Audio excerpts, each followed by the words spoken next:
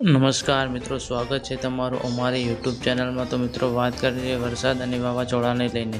તો 1 ઓગસ્ટના રોજ અમદાવાદ અને સૌરાષ્ટ્રમાં અત્યંત ભારે વરસાદની આગાહી। જાણો તમારા જિલ્લામાં કેવો રહેશે વરસાદ। હવામાન વિભાગ દ્વારા 1 ઓગસ્ટ અમદાવાદ અને સૌરાષ્ટ્રના અત્યંત ભારે વરસાદનું રેડ એલર્ટ જાહેર કરવામાં આવ્યું છે। જાણો 1 થી 7 ઓગસ્ટમાં ગુજરાતના કયા જિલ્લાઓમાં ભારે વરસાદ વરસશે।